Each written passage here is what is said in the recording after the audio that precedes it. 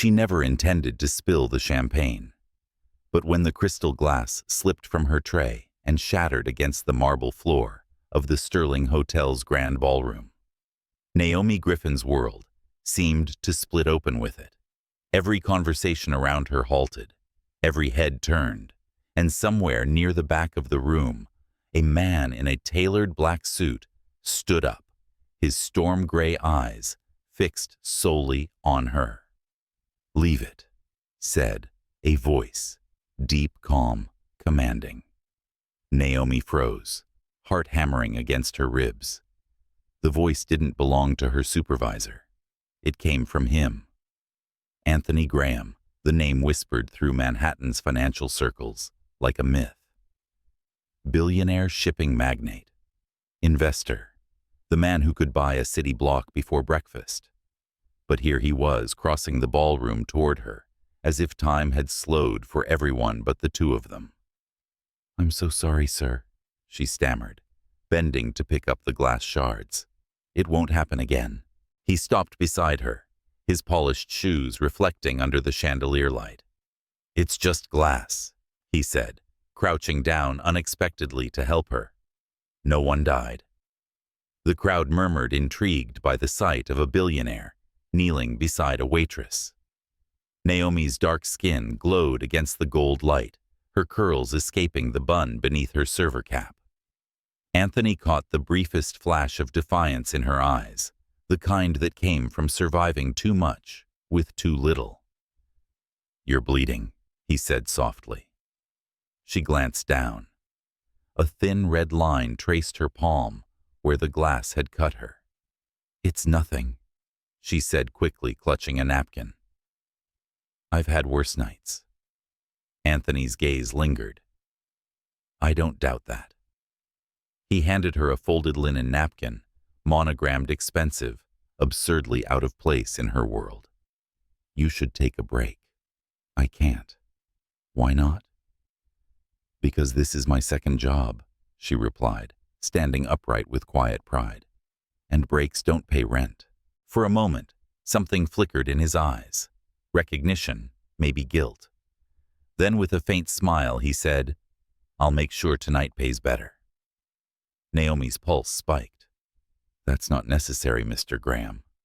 "Maybe not," he murmured, "but it's what I want." She didn't know what unsettled her more, the warmth in his tone, or the fact that he somehow made her feel seen.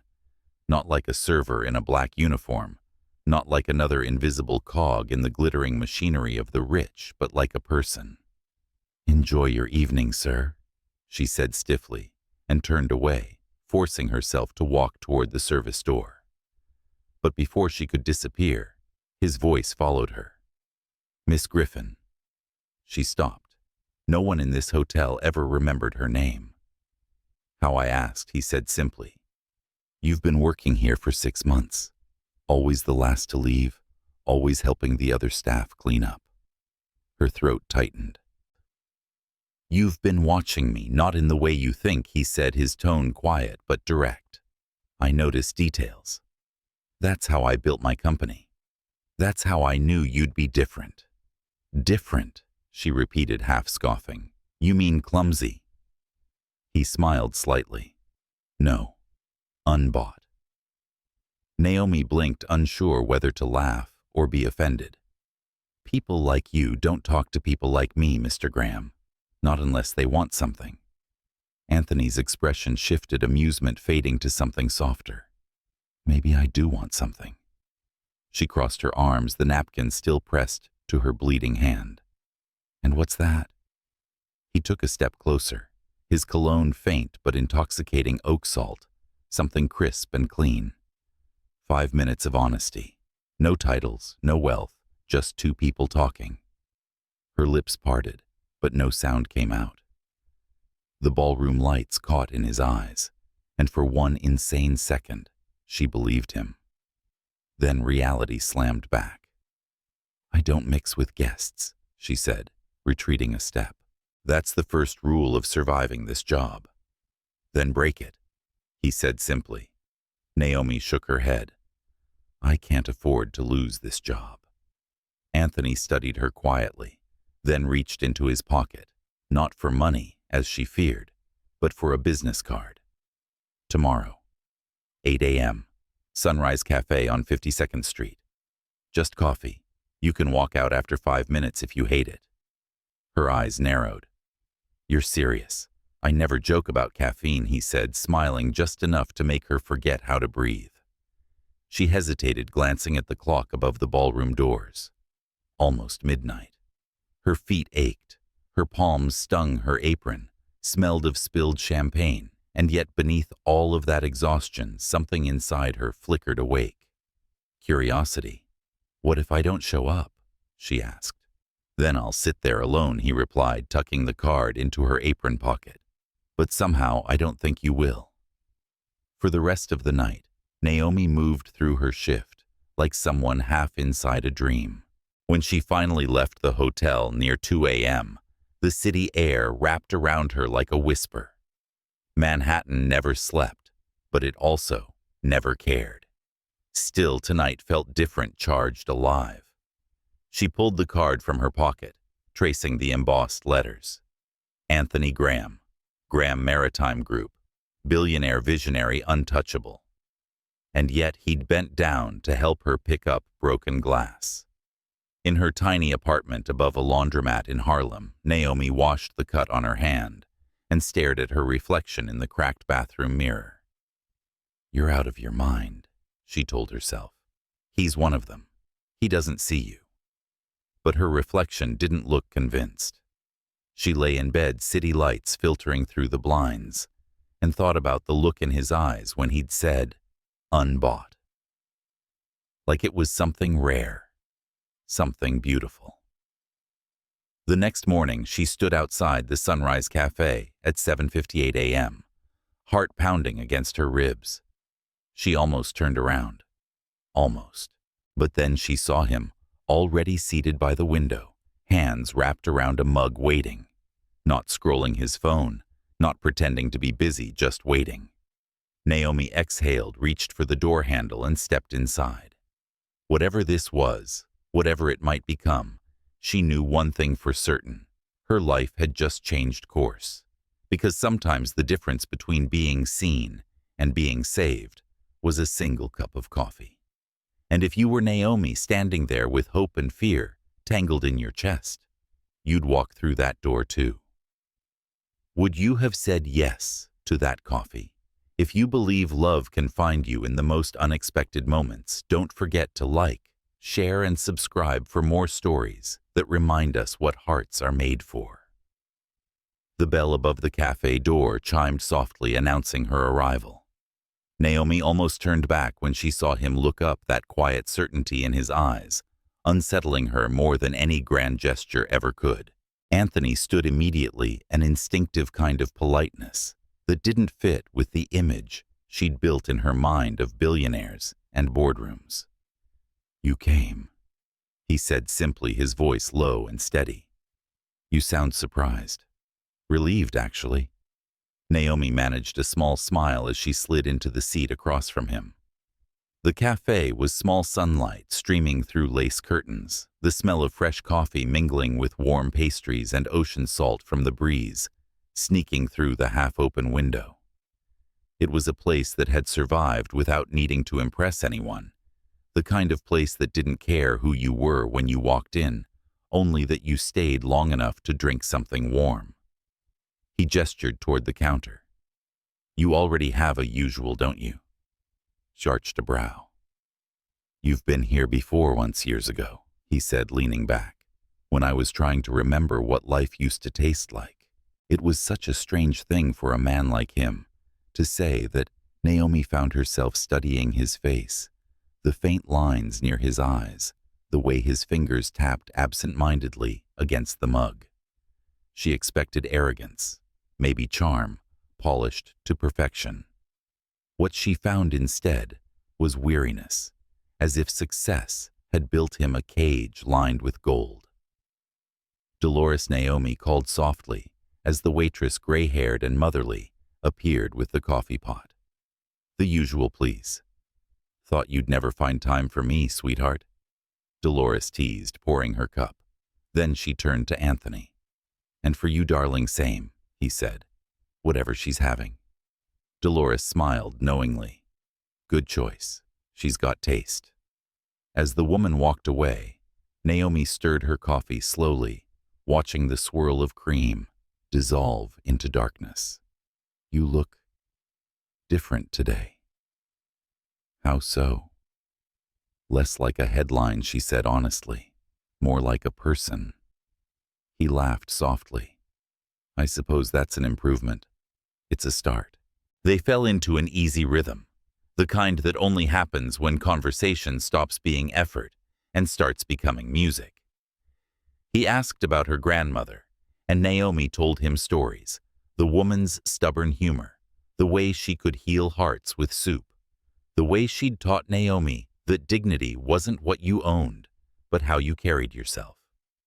"She sounds extraordinary," Anthony said quietly. "She is," Naomi replied. "She always said, 'Baby girl, don't let anyone make you feel small. You take up the space God gave you.'" Anthony looked at her with something unreadable. "Remind me to thank her someday. She raised someone remarkable." Naomi laughed softly. "Careful. I might start thinking you actually mean that." "I do," he said simply, and somehow she believed him. They talked about books, about the sound of the city before sunrise, about the strange ache that came from wanting more, but not knowing what more really meant. At one point, Naomi asked, "Why me, Anthony? Why coffee with the girl who spilled champagne on your shoes?" He didn't answer right away. Instead, he leaned forward, elbows on the table, eyes steady on hers. "Because you didn't flinch. Flinch when the glass broke. Everyone looked at you like a mistake. But you didn't crumble. You didn't apologize 100 times, like you owed them your breath. You stood your ground. That's rare." Naomi swallowed hard, his words cutting deeper than she expected. "That's survival, not strength." "Maybe," he said. "But sometimes survival is strength." They sat in silence for a moment, the hum of the cafe filling the spaces between them. Outside, the city pulsed with life taxis, honking voices, blending into a restless harmony. Inside, time seemed to slow, folding itself into something fragile and real. When their coffees were nearly gone, Anthony said softly, "Dinner. Tomorrow night. Somewhere you choose." Her instinct was to refuse to keep the invisible line between their worlds intact. But then she remembered the way he'd listened when she spoke of her grandmother, the way his attention felt like sunlight breaking through clouds. "There's a pizza place in Brooklyn," she said finally. "It's not fancy. Perfect." He smiled, and Naomi realized she was smiling back before she could stop herself. The next evening, the scent of garlic and oregano hit her before she even pushed open the door to Luigi's. It wasn't elegant, the red checkered tablecloths, the mismatched chairs, the old jukebox in the corner. But it was home. Anthony stood when she walked in, dressed simply, sleeves rolled up. His presence filled the small space effortlessly, yet he didn't seem out of place. He looked like a man who wanted to belong. "Hey, Mr. Luigi." Naomi greeted warmly as the gray-haired owner bustled out of the kitchen apron, covered in sauce. "My favorite girl," he exclaimed, wiping his hands. "And who's this handsome trouble you've brought with you?" "Tony, meet Anthony." Luigi's eyes twinkled. "Ah, a name twin. I like you already." Anthony shook his hand firmly. "Pleasure, sir." "Any friend of Naomi's is family here," Luigi said before disappearing into the kitchen, humming an Italian tune. Naomi sat down, still smiling. "Told you he was a character." "I like him," Anthony said, glancing around the cozy chaos of the restaurant. "Feels real." "That's because it is. People here don't pretend." He nodded thoughtfully. "I miss that." The honesty of ordinary places. You say that like you can't have it anymore. He met her gaze. Maybe I can't.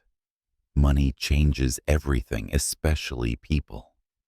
Naomi leaned forward, voice gentle, but firm. Then stop letting it.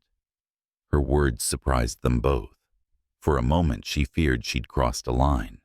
But instead of irritation, he smiled slow and genuine.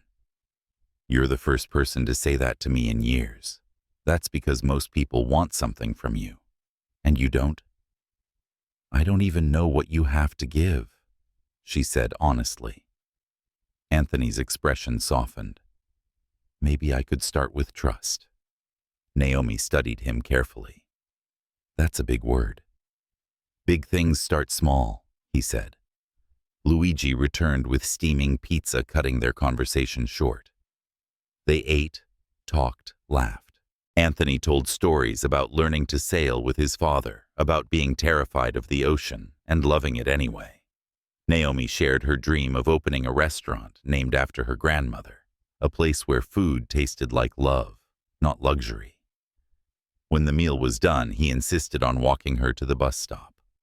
The night air carried the rhythm of the city sirens in the distance, laughter from a rooftop bar, the soft hiss of passing cars. Thank you, he said suddenly. For what? For tonight. For reminding me what normal feels like. She smiled faintly. You say that like it's rare. It is, he said, then hesitated before adding, dinner again. Somewhere by the water, maybe. I work mornings. Then we'll chase the sunset instead.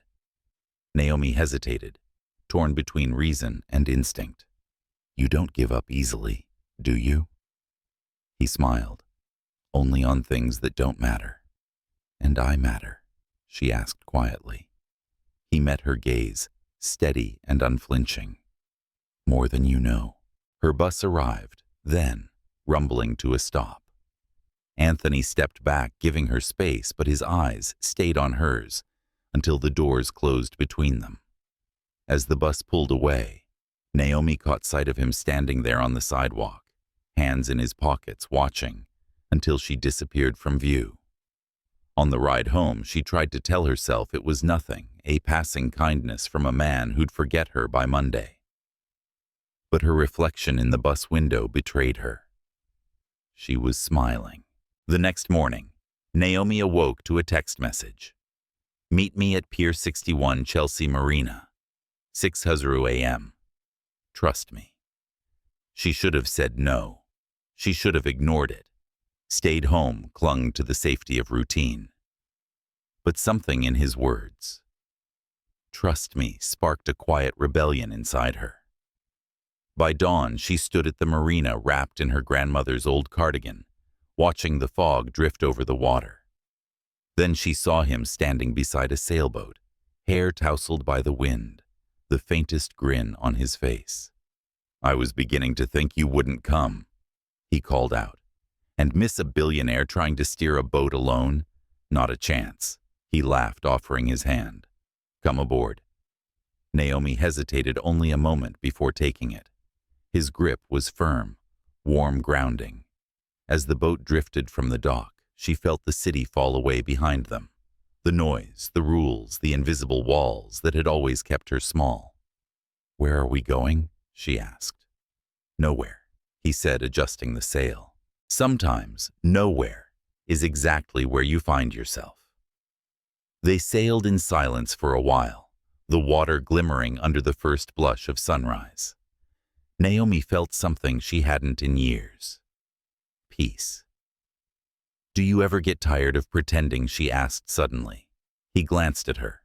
All the time. Then stop. It's not that simple. It is if you want it badly enough. Anthony turned the wheel slightly, the boat cutting through calm water. Maybe that's why I wanted to see you again. You don't make simple things complicated. Maybe you just overthink everything. Maybe, he said, smiling. But right now I'm thinking this. You're the most honest thing I've seen in years. Naomi felt heat rise to her cheeks. That's because you live around too many liars. Maybe I have. he admitted quietly. But not today. The sun rose higher, painting the horizon gold. Naomi looked out over the water, then back at him. You remembered I said I loved sunrises. He nodded. I remember everything you say. The honesty in his voice left her breathless. It wasn't the kind of line you could buy or rehearse. It was raw, real, like the ocean around them. She smiled faintly. You're dangerous, Anthony Graham. In what way? In the way that makes women start believing again. He laughed softly, but the sound was bittersweet. Maybe that's exactly what we both needed, a reason to believe again. The boat glided toward the light, the city skyline glowing behind them. And for the first time in a very long time, Naomi stopped thinking about the distance between their worlds.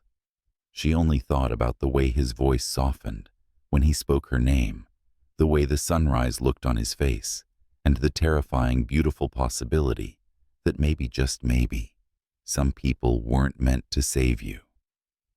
They were meant to see you. Naomi wasn't sure what frightened her more, the quiet thrill that still lingered from the sunrise, or the memory of how easily Anthony made her forget to guard herself. Since that morning at the marina, her thoughts refused to settle. She replayed everything, the way he'd listened, the way his laughter carried over the water, the way his eyes softened every time she spoke. It was as though he'd managed to unlock a part of her she didn't know was still alive. 3 days passed before she saw him again. She told herself she was too busy, that it was better to keep her distance. But when his name flashed across her phone that Thursday evening, dinner tonight.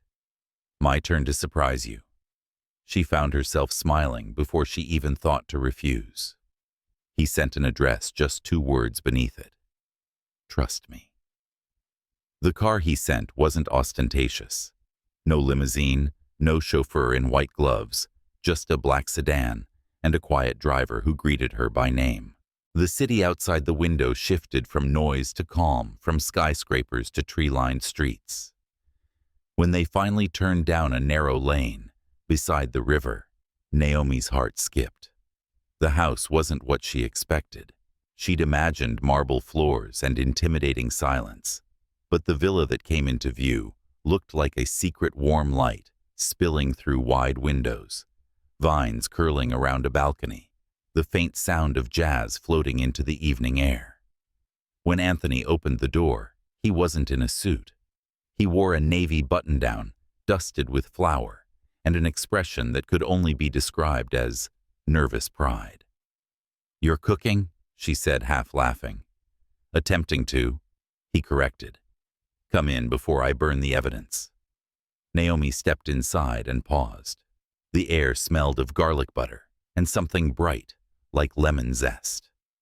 The space felt lived-in, books stacked on end tables, photographs lining the hallway, a guitar leaning against the wall near a worn leather chair. It wasn't the sterile home of a billionaire. It was a place with fingerprints, laughter, and stories. "This isn't what I pictured," she admitted. "Good," he said.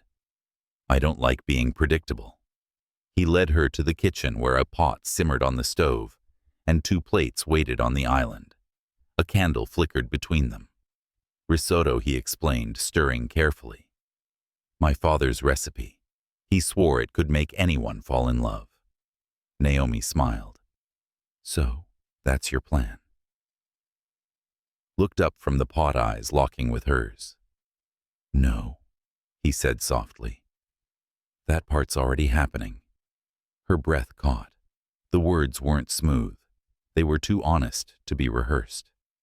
She turned away under the pretense of helping, but her hands trembled as she reached for the wine glasses.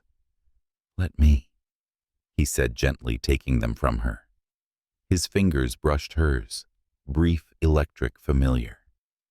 "You make me nervous," he admitted with a laugh. "You," she teased, trying to steady herself. "You've probably dined with royalty." "I have," he said. "None of them ever made me forget my own name." Naomi bit back a smile, pretending to focus on the flickering candle. The intimacy between them was subtle, but undeniable, a magnetic pull that no logic could resist. They ate on the terrace overlooking the river, the city lights shimmering across the water like fallen stars. The food was delicious, imperfect, but sincere like him. So she asked between bites, "What does a man like you do when he's not rescuing clumsy waitresses from broken glass?" He laughed softly. "Mostly try not to become the kind of man I used to look up to." "What does that mean?" "It means that success has a way of erasing the parts of you that made you human in the first place. You wake up one day, and everything you once valued feels shallow. Then why not walk away?" He looked at her, the candlelight reflecting in his gray eyes. "Because I didn't know there was anything worth walking toward until I met you." Naomi's fork paused midway to her lips. "You barely know me," maybe he said. "But sometimes you recognize someone not because of who they are, but because of what your soul remembers. It's been missing." It was the kind of line that should have felt too heavy, too poetic. Yet from him, it sounded like truth.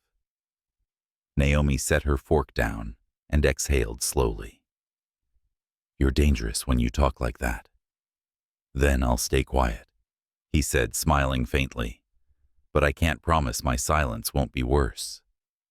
They talked for hours about books, childhood dreams, fears they'd never confessed aloud. The conversation wandered easily like water finding its path.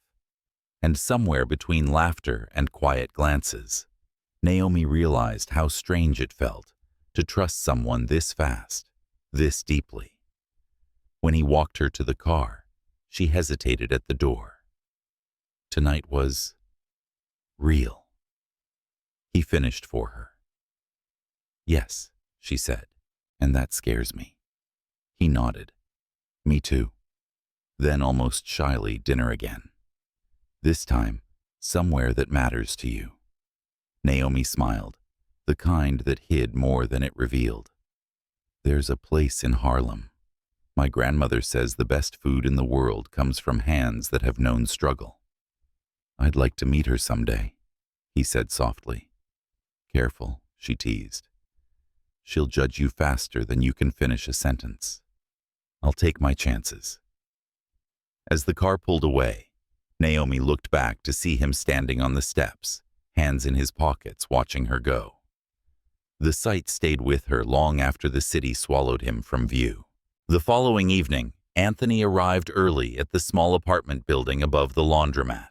He looked almost out of place among the cracked sidewalks and neon signs, but Naomi found herself laughing at the sight of him, trying to balance a grocery bag in one arm and a bouquet of sunflowers in the other. "You brought flowers," she said, leaning on the doorframe. "I brought peace offerings," he replied, "in case your grandmother hates me."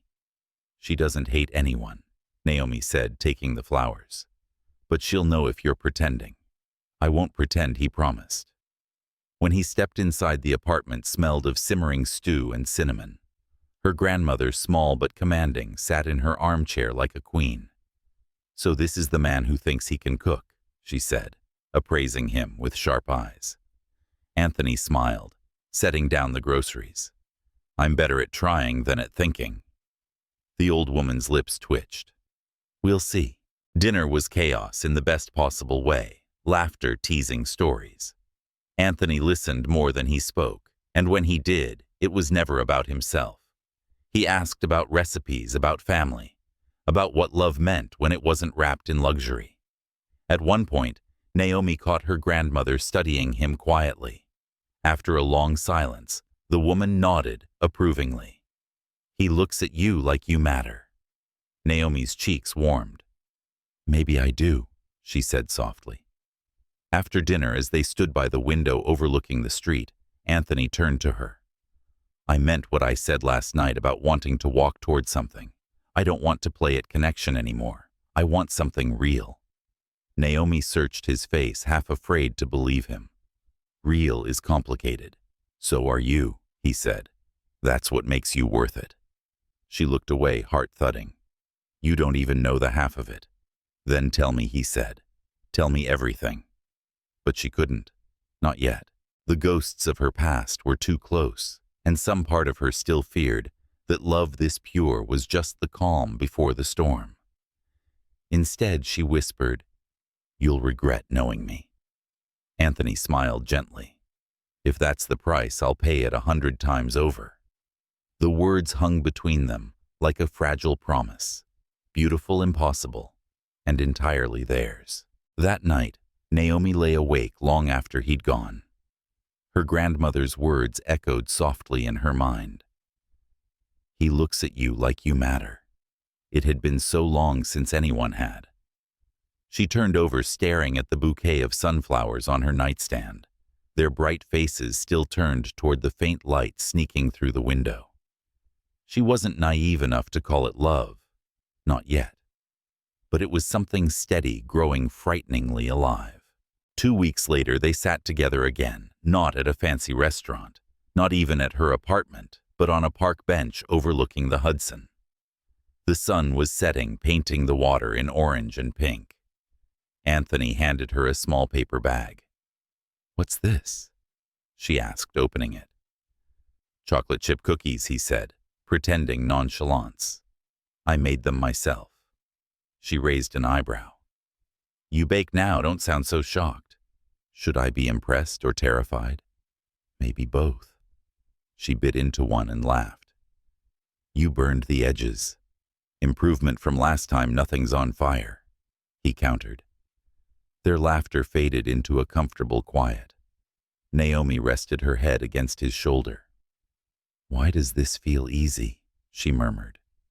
Because it's supposed to, he said. The right things don't fight you. For a long while they sat without speaking. The city hummed around them, distant sirens, snippets of conversation, life moving on. But inside that small bubble of warmth, Naomi felt the world slow. And when he took her hand, she didn't pull away. She didn't need to. Sometimes love doesn't announce itself with fireworks. It arrives softly in laughter, shared over burnt cookies, in quiet dinners that feel like home, in the way someone says your name, as if it's a prayer they're afraid to break. Naomi didn't know what tomorrow would bring, but for the first time in years, she wasn't afraid to find out.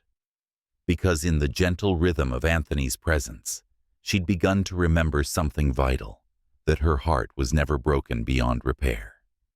It was only waiting for the right person to listen to its song. And that night, beneath the glittering lights of New York, it sang for him. It was a Sunday afternoon, the kind of day that carried a quiet peace. The kind where the world felt slower, softer, or maybe it was just the way Anthony looked at her from across the kitchen floor on his forearm, trying to fix the broken mixer with a concentration that made Naomi smile.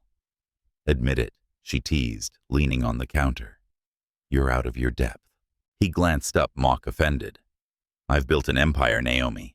I think I can handle a kitchen appliance. An empire isn't made of whisks, she replied, laughter slipping easily into her voice. And that dough looks like it's planning revenge. He grinned, brushing a streak of flour on her cheek as he passed. You underestimate me, and you overestimate yourself, she said, catching his wrist. But that's what I like about you. The words escaped before she realized she'd said them. Silence followed, gentle, electric. He didn't move, neither did she. Then his fingers curled lightly against her skin just above her pulse. You like me? Naomi tried to sound casual, but her voice betrayed her. Maybe, sometimes, when you're not trying to win arguments. Then I'll stop trying to win, he said softly. For a heartbeat, the air thickened, not with tension, but with possibility. It felt dangerous in the best way. Because every time Anthony touched her, it wasn't just physical. It was as though he was learning a new language written on her skin. Then the doorbell rang. They both froze. Anthony frowned. I wasn't expecting anyone.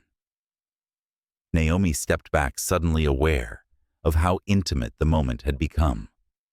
He went to answer the door, and when it opened, her world tilted. Standing there was Darius Cole, the name she hadn't said in years, the man she'd once thought she'd marry. He looked exactly as memory had preserved him, immaculate suit, confident smirk, the kind of charisma that had once made her feel chosen. Now it only made her stomach twist.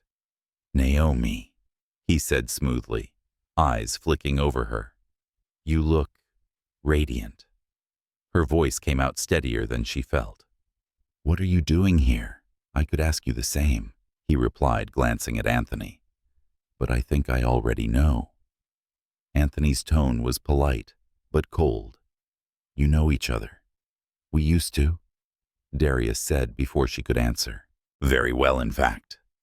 Naomi's pulse spiked. She hated the way his words hung in the air, designed to wound. "That was a long time ago," she said quietly. "Not long enough, apparently." His gaze hardened. "You disappeared without a word, Naomi. I think I deserve an explanation." Anthony stepped closer, the shift in his stance subtle but protective. "This isn't the place." But Darius only smiled, the same charming, poisonous smile he used when he wanted the world to bend around him. "Relax, Graham. I'm not here to make a scene." Naomi crossed her arms, trying to steady the tremor in her chest. "Then say what you came to say."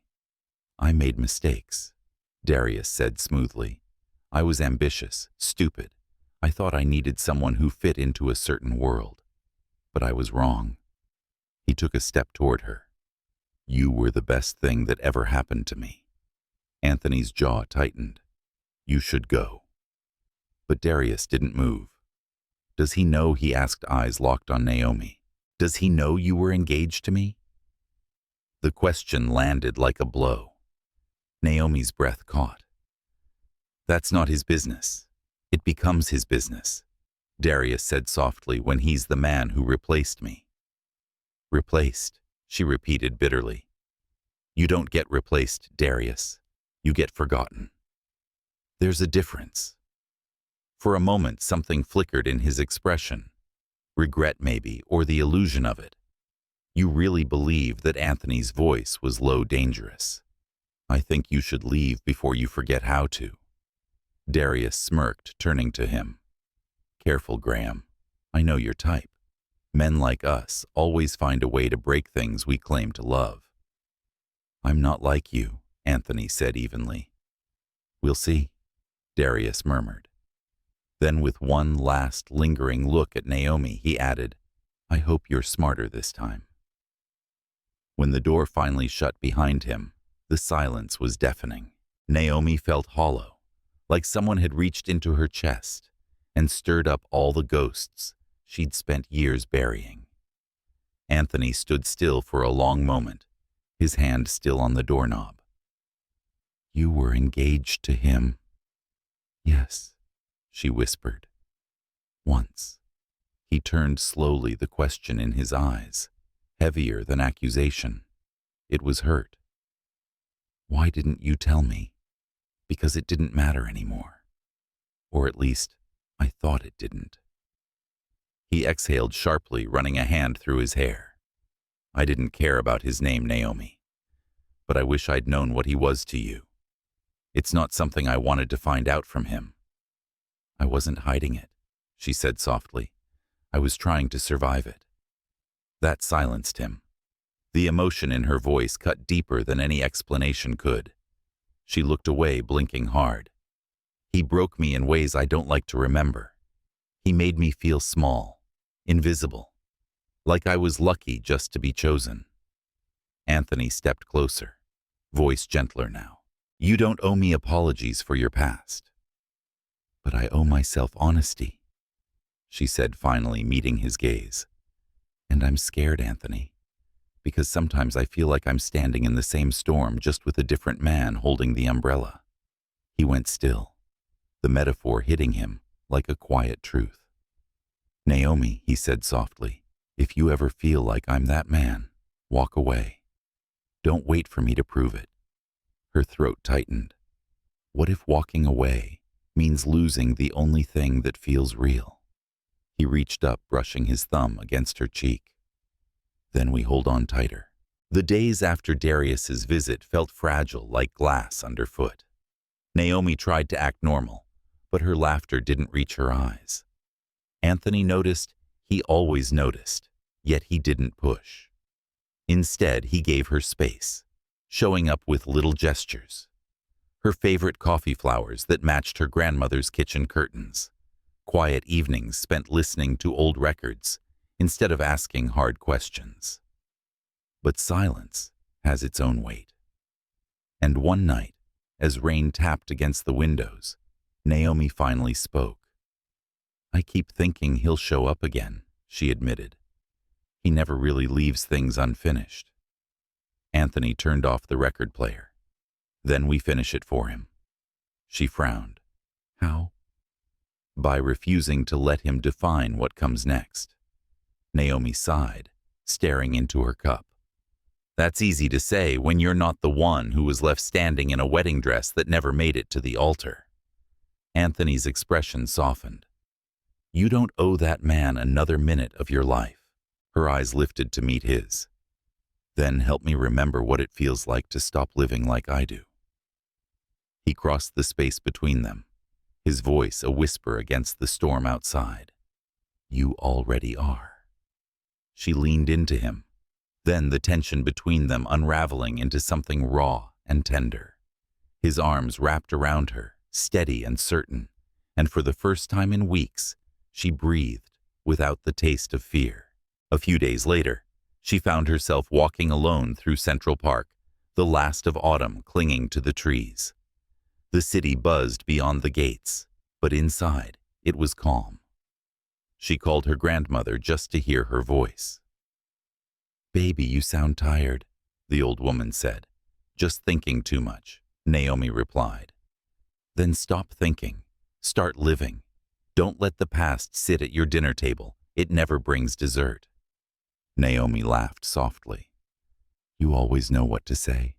That's what grandmothers are for. Now tell me, does that man of yours still look at you like you're the first sunrise he's ever seen? Naomi's smile lingered long after they hung up. That night, Anthony picked her up for dinner. He didn't say where they were going. When the car stopped, Naomi realized he'd brought her to a rooftop overlooking the skyline. The city glittered below like 1,000 unspoken promises. What is this? She asked, breath-catching. Closure, he said simply, and a beginning. He led her to a small table set for 2 candles, flickering against the wind. A jazz trio played softly in the corner. It wasn't grand or public. It was private, sacred theirs. I wanted to remind you, he said as they sat, that not every memory that starts in heartbreak has to end there. Naomi blinked back sudden tears. You really thought all this through? I've been thinking about it since the moment you walked into that ballroom, he said. You made me realize that I could build a life that didn't depend on power, but on peace. And that peace has a name. Anthony. Don't answer yet, he interrupted gently. Just know that I'm not Darius. I don't want to own your story. I want to write the next chapter with you.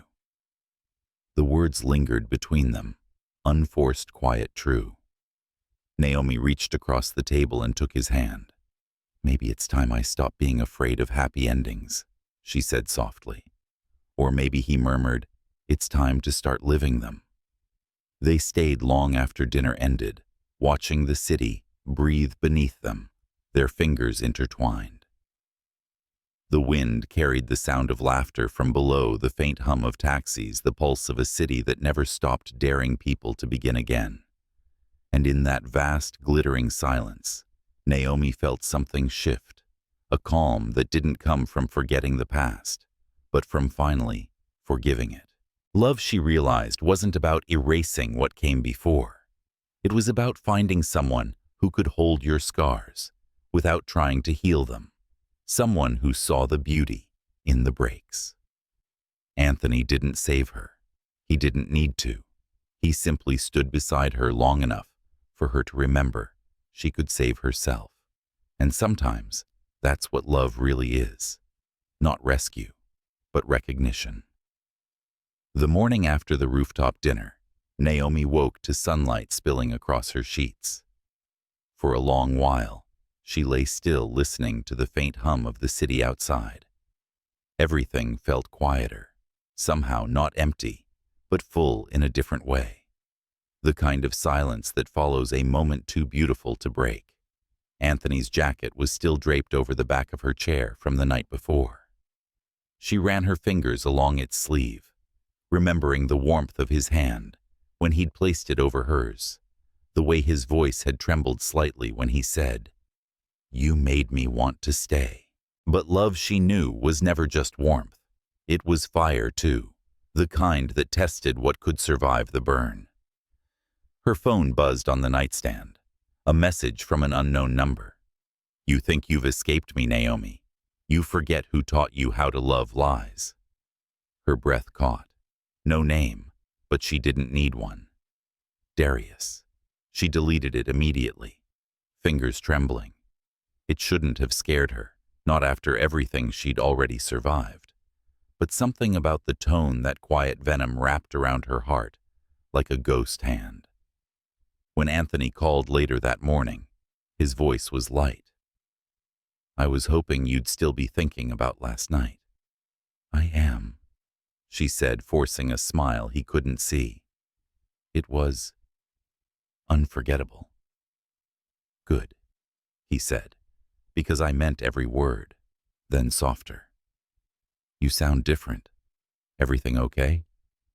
She hesitated. The easy thing would be to lie to protect the fragile peace they'd built. But lies had nearly destroyed her once. "Darius texted me," she said finally. The silence on the line stretched. Then his voice dropped low. "What did he say?" "Nothing that matters," she whispered. "But I thought you should know." "I'm coming over." "Anthony," he said firmly, "he doesn't get to haunt you anymore." But by the time he arrived, she had already packed a small overnight bag. "I just need some space," she said gently when he stepped inside. "To think, to breathe. I don't want him to take more from me than he already has." Anthony studied her for a long moment, the conflict clear in his eyes, protectiveness battling the respect he'd promised her. Finally, he nodded. "Where will you go upstate?" "My grandmother's cousin has a small place by the lake. No one knows it exists. Will you call me?" "I will."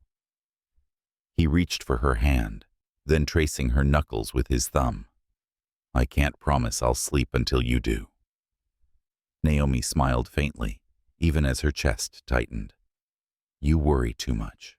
"I love too much," he corrected softly. She leaned forward, pressed her lips against his cheek, a kiss that felt more like a promise than goodbye. "I'll come back when the noise quiets," she whispered. The lake house was exactly as she remembered it, still and untamed, the water glimmering like glass under the afternoon sun. Inside, the air smelled of cedar and thyme. She left her phone on the counter, turned it face down, and opened every window. The first night, sleep eluded her. She replayed every word Darius had ever said, every doubt he'd ever planted, wondering why ghosts still had such power when their bodies were long gone from her life. By the second day, the stillness began to work its way under her skin. She walked barefoot through the wild grass, swam in the cold water, until her skin burned, cooked simple meals, and let the silence do its work. By the third night, she stopped jumping every time a branch cracked outside. But she didn't stop missing Anthony. His absence wasn't loud. It was quiet in a way that hurt more. Like a missing note in a song that once felt complete. She caught herself imagining his voice when she found something beautiful, the way he'd have said, "See, the world still knows how to surprise you."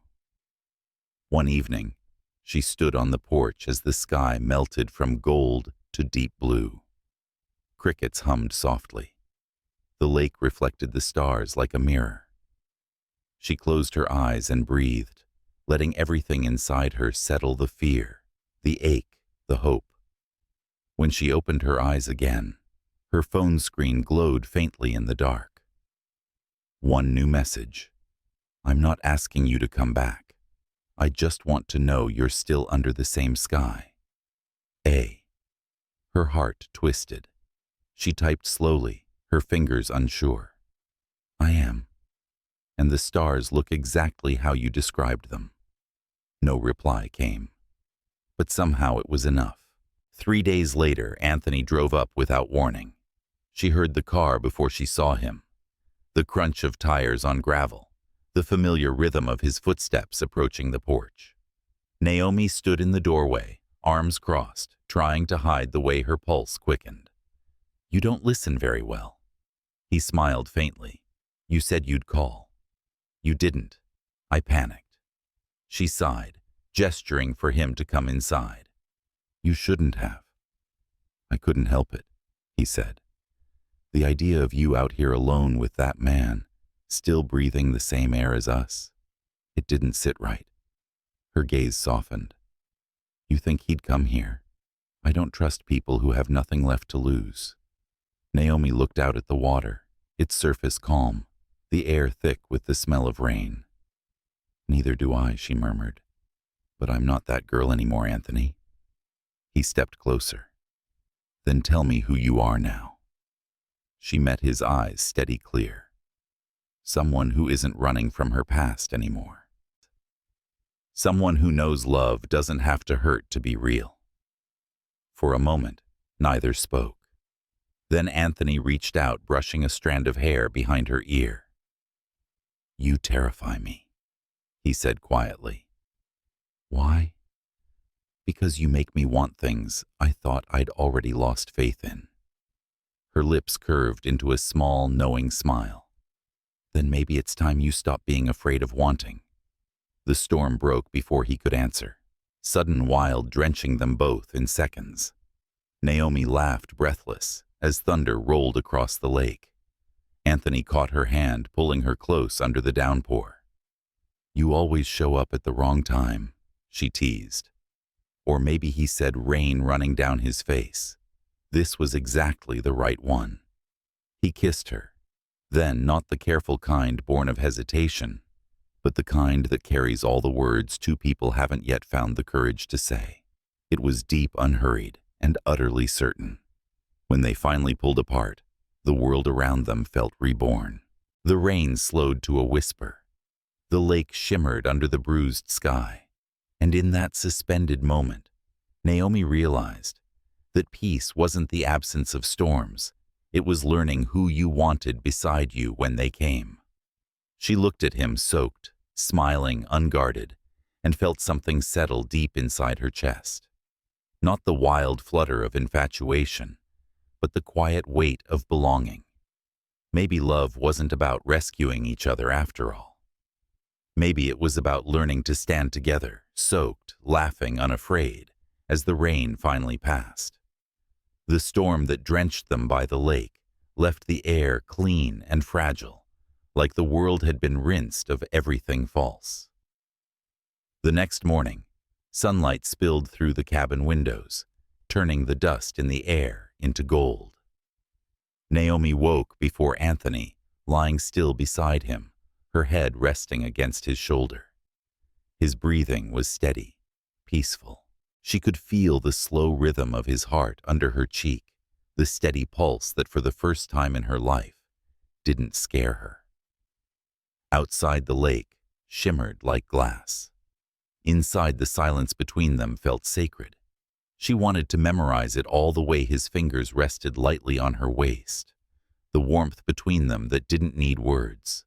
But somewhere deep inside, she knew peace never lasted long. Not for people who had fought too hard to find it. Anthony stirred, eyes fluttering open. You're awake, he murmured. I didn't want to wake you. You couldn't, he said, smiling faintly. You're the only dream that doesn't end when I open my eyes. She laughed quietly, though her heart twisted. You say that, like a man who still thinks dreams are safe. Maybe they're not, he replied. But maybe that's what makes them worth it. They spent the morning in a rhythm that felt domestic, unthinking, easy. She brewed coffee. He burned toast. They argued playfully about how much sugar belonged in the cup, and for a few perfect hours they existed outside the world. No ghosts, no threats, no fear.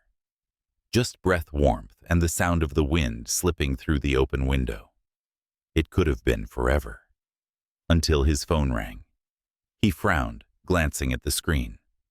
I should take this, he said softly. But the tone of his voice had changed just slightly, but enough to pull Naomi's attention. He stepped outside. His voice, though low, carried an edge she'd never heard before. It wasn't anger. It was caution. When he returned, his expression had shifted. Anthony, she asked quietly, what is it? He hesitated, then exhaled. It's about Darius. Her stomach tightened. What did he do? Nothing yet, Anthony said. But one of my security contacts called.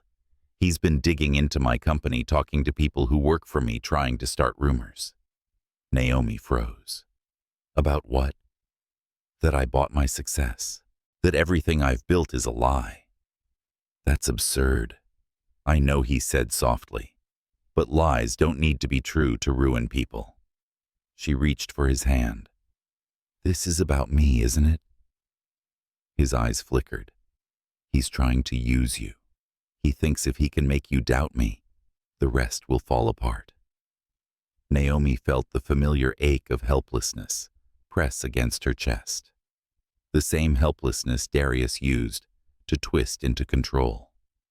She hated that she could still feel it the way manipulation found its way into her bones. What are you going to do? She asked. Tell the truth, he said, and trust that people will believe it. She shook her head. People don't believe the truth, Anthony. They believe what hurts more beautifully. He looked at her, then the kind of look that felt like a vow. Then let them. I won't lose myself fighting ghosts. Naomi wanted to believe him. She wanted to trust that strength could be that simple. But deep down she knew men like Darius didn't stop until someone broke. That evening, the lake grew dark before the sun had even set. The clouds returned heavier this time, the wind whispering like something alive. Naomi stood by the window watching ripples spread across the water, feeling an ache she couldn't name. Anthony came up behind her, wrapping his arms around her waist. You're quiet, he murmured. I'm thinking. About him. About us, she said honestly. About what happens when someone decides to destroy something they didn't build. He rested his chin on her shoulder. You think he'll win? I think people like him don't care about winning. They care about watching others lose. Anthony was silent for a moment, then said, Then we don't play his game. She turned to face him, searching his eyes. And if he drags me into it anyway, then we fight together, he said simply. His certainty should have comforted her, but instead it terrified her, because she'd seen how easily love turned to weapon when the world demanded sacrifice. The next day they returned to the city. The quiet lake and the laughter in the rain already felt like someone else's story. Reporters were waiting at his building. Microphones, cameras, flashbulbs. Naomi instinctively reached for his hand. He squeezed it once, firm and reassuring. Don't look at them, he whispered. Look at me. She did. And in that single glance, she understood something. Anthony wasn't afraid of losing power. He was afraid of losing her. Inside the noise followed them whispers, questions, the faint hum of suspicion that fills every corridor of the rich and curious. But when the elevator doors closed, silence fell again. Stay with me tonight, he said quietly. Not because I need you to, Because I can breathe better when you're here. Naomi nodded, unable to trust her voice. They didn't speak much after that. The evening unfolded in small human ways. The warmth of a shared meal, the soft flicker of candlelight, the slow realization that peace wasn't found in the absence of fear, but in the decision to love, despite it. Later, as they stood by the window, the city stretching endlessly below, Naomi said softly, "If this all falls apart tomorrow, promise me one thing, anything. Don't let it make you bitter. Don't let it turn you into him." Anthony looked at her, really looked. "If it does remind me who I was before I forgot." She smiled faintly. "That I can do." He reached out, brushing her hair back, his thumb tracing the corner of her mouth. "Then that's all I need." And for the first time in a long time, she believed it. Outside, lightning split the sky, illuminating the reflection of two people who had stopped running, not because the storm had ended, but because they'd finally learned to stand still inside it. In that moment, nothing else existed. Not the past, not the whispers, not the man who still lingered like smoke at the edges of their peace. There was only this, the soft rhythm of breath against breath, the quiet knowledge that love, when it is true, doesn't need to be perfect to endure. It just needs to stay. The following week unfolded like a bruise, silent at first, then aching with every small touch. The world outside Anthony's apartment moved at its usual speed, but inside time seemed slower, denser. Naomi spent her mornings watching the city from the wide glass windows, tracing the fog that rose from the streets, listening to the faint hum of life beyond their quiet. Anthony worked in the study most of the day, but his absence didn't feel like distance. He checked in with a look, touched the brief brush of his hand against hers whenever he passed. Yet Naomi could sense something gathering beneath his calm, like the stillness before thunder. That evening, while he was on a call, she wandered into the study. Papers lay scattered across the desk, printouts, emails, fragments of rumor, written in headlines. Her name appeared in one of them. The woman behind Graham's empire, or the woman who'll undo it. Her stomach twisted.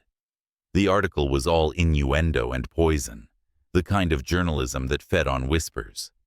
She skimmed through lines accusing her of manipulation, suggesting she was Darius's spy, that she'd orchestrated everything.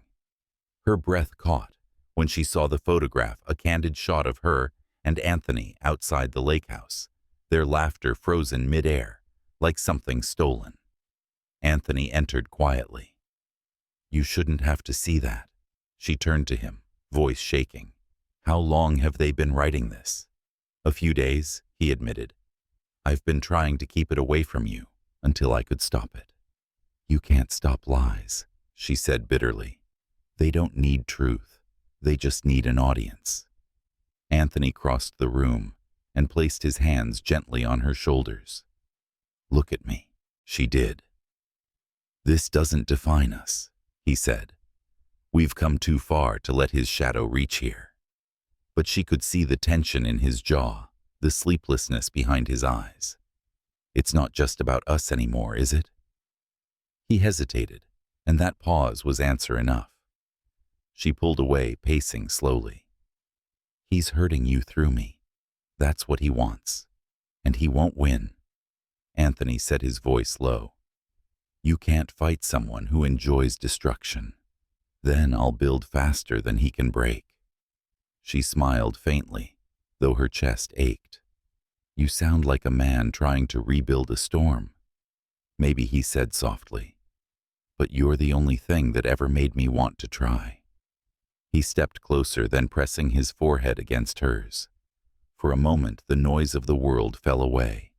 But even in that stillness, Naomi felt it, the fragility of their peace, the way the past had begun to bleed into their present, like ink on water. The next day, she returned to her own apartment for the first time in weeks. Dust had settled on the windowsill, The air smelled faintly of lavender and loneliness. She sat on the couch, staring at the framed photo of her grandmother on the wall. "You told me not to let the past sit at my table," she murmured. "But what if it found a way to buy the whole house?" Her phone buzzed again, another message. This one, from an unknown number, though the tone was unmistakable. "He'll never forgive what you cost him, Naomi, and neither will the world." She deleted it without replying, but her hands wouldn't stop trembling. When Anthony came by that evening, he found her sitting by the window lights, off the skyline, painting soft gold patterns across her face. "Why didn't you call me?" he asked gently. "Because I don't want to be the thing that keeps breaking your peace." He crouched down beside her. "You are my peace." She shook her head, eyes glassy. "Then maybe that's the problem." Anthony's voice was quiet, steady. "You think walking away will protect me? I think staying might destroy you," she whispered, "and I couldn't live with that."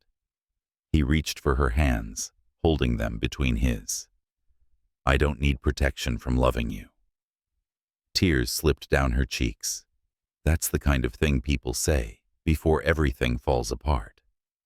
"Then let it fall," he said, "if it means keeping you." His conviction frightened her, not because it felt wrong, but because it felt too right, too boundless. The kind of love that refused to yield even when the world demanded it. 2 nights later it happened.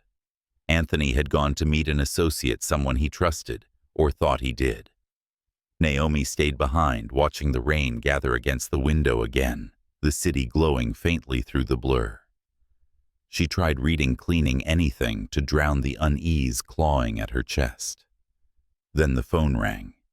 The voice on the other end was sharp, unfamiliar. "Is this Naomi Griffin?"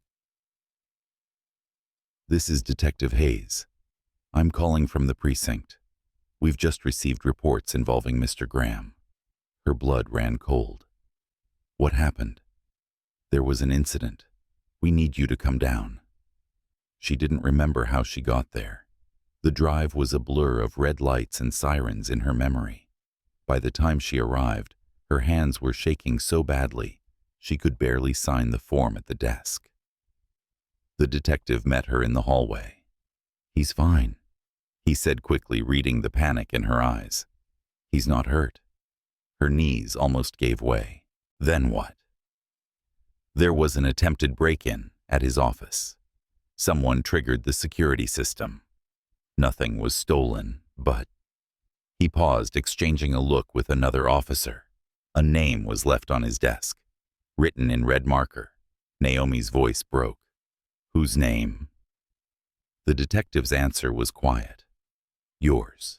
When Anthony finally saw her, he pulled her into his arms before she could speak. She could feel the tension thrumming through him, the fear disguised as composure. "He's not just playing games anymore," she whispered against his chest. "He's warning us." Anthony's voice was low, measured. "Then we warn him back." But Naomi shook her head, tears slipping free. "You don't understand, Anthony. This isn't about revenge. It's about control. He doesn't want you ruined. He wants you paranoid. He wants us to fall apart on our own." He cupped her face gently. "Then we don't give him that power." She looked up at him. The storm outside reflected in her eyes. "You think love is stronger than hatred?" "I don't think," he said. "I know." For a moment she almost believed him, but when she laid her head against his shoulder, she realized her body was trembling, not from fear of Darius, but from the terrifying truth that love, this powerful, could be broken by something as small as doubt. Outside, lightning flashed again, painting their reflection across the glass. 2 people standing close enough to touch, yet surrounded by shadows that refused to disappear. In that instant, Naomi understood that love, no matter how deep, could not survive on tenderness alone. It needed courage. It needed truth. And she wasn't sure either of them had enough of both to make it through what was coming. Morning arrived gray and trembling, as if the city itself had been holding its breath through the night. Naomi woke to the sound of rain against glass, soft, steady, relentless. Anthony stood by the window, his silhouette blurred by the fog outside. He hadn't slept. She could tell by the slump of his shoulders, by the quiet way he held himself together, like a man trying not to break where she could see. "Any news?" she asked, her voice still thick with sleep. He turned eyes weary but gentle. "They found nothing. No fingerprints, no trace. Just your name." Naomi exhaled slowly, pressing her palms against the blanket. "Then it's not about evidence. It's about fear."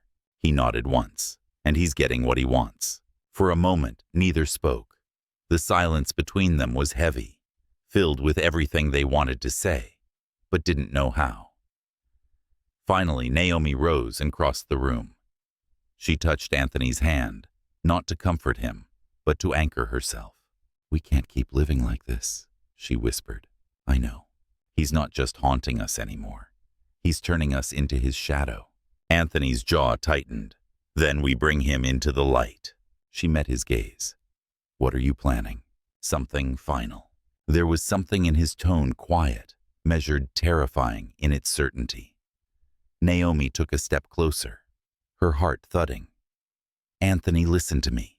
If you do something reckless—" "This isn't about revenge," he interrupted. "It's about ending what he started." Her eyes softened. "Then end it by choosing peace, not war." He smiled faintly, though there was no joy in it. "Peace doesn't come free, Naomi. Someone always pays for it." Before she could argue, his phone buzzed on the table. He answered, listened, and then said one word that changed everything. "Where?" When he hung up, his expression had hardened. "He wants to meet." Naomi froze. "Darius, at the pier. Tonight."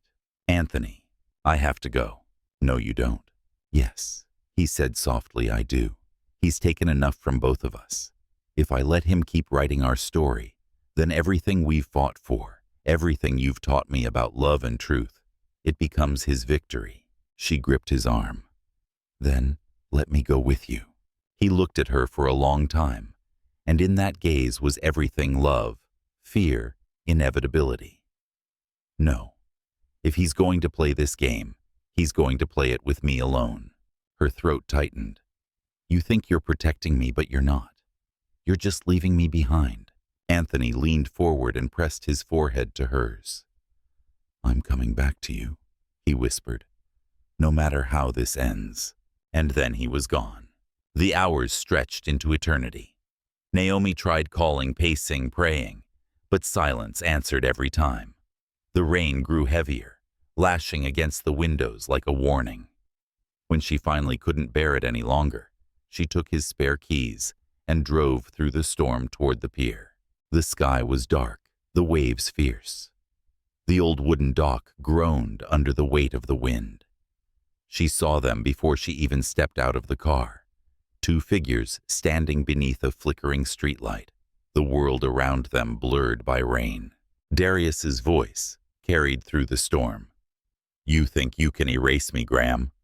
You built your empire with the same arrogance I once admired." Anthony's voice was calm, but sharp. "I built mine without destroying lives. You can't say the same." Naomi stepped closer, her shoes sinking into puddles. "Stop this!" she shouted. Her voice cracked through the air like a gunshot. Both men turned. Darius's expression flickered with something surprise, maybe even fear. "You shouldn't be here, Naomi. Neither should you." He smiled, a slow, broken smile that didn't reach his eyes. "You always did love heroes. But what happens when they fall?" Anthony moved closer to her, instinctively standing slightly in front, as if to shield her. The tension between them was electric. The rain hammering down the world, narrowing to three hearts beating in defiance of one another. "You lost her because you never saw her," Anthony said. "And now you're too proud to admit it." Darius laughed softly, though there was no humor left in him. "No. I lost her because she finally realized she didn't need saving. You think you've given her freedom? You've just made her your next obsession. Naomi stepped forward, her voice steady despite the storm. You're wrong. He didn't take my life. He reminded me it was still mine. For a moment, Darius's mask, cracked pain flashing across his face like lightning. Then he said quietly, "You'll regret this." "No," she said, her eyes never leaving his. "You will." A car's headlights appeared suddenly in the distance. The moment broke. Darius turned, slipping into the darkness before the light reached him, his figure dissolving into rain. Anthony exhaled tension, finally releasing from his shoulders. Naomi walked to him, rain soaking her clothes, her heart still racing. "It's over," she whispered, as if saying it could make it true. He looked at her, his voice trembling. "Not yet, but it will be." Days passed. The story of Darius faded as quickly as it had risen. Anonymous confessions appeared online exposing his manipulations, his deceit. The public turned its attention elsewhere. Silence returned, not the brittle kind this time, but the kind that allowed healing to grow in the cracks. One evening, Naomi sat on Anthony's terrace, watching the sunset bleed into the horizon. He joined her quietly, carrying 2 cups of tea. "You were right," he said after a long silence. "Peace doesn't come free. But maybe it's worth the price." She smiled faintly. "You paid it, not me." "No," he said softly, setting the cup beside her. "We both did. You paid in faith. I paid in fear. But somehow it led us here." Naomi leaned against him, her voice barely above a whisper. "Do you think people like us ever stop fighting the ghosts?" "Maybe not," he said, wrapping his arm around her. "But maybe the right love teaches you how to live with them." The city glowed below, alive, unbroken, full of the same chaos that had brought them together. And for the first time, Naomi didn't feel small beneath it. She felt infinite. Anthony kissed her temple, his voice low. "You know I never asked you the question properly." She turned to him. "What question?" He smiled, that quiet, unguarded smile that still undid her. "The one that started all of this." "Coffee. Tomorrow morning. Same place." Naomi laughed softly. "You already know my answer." He took her hand, lacing their fingers together. "Then tell me anyway." "Yes," she whispered. "Always yes." The wind moved gently through the terrace, carrying their laughter out into the dusk. 2 voices intertwined in the music of second chances. And beneath the fading light, Naomi finally understood what forever really meant. It wasn't a promise carved in stone. It was a choice made every single day to stay when the world gave you every reason to run. Because love in its truest form was never about possession. It was about peace, the kind you build hand in hand, even after the storm.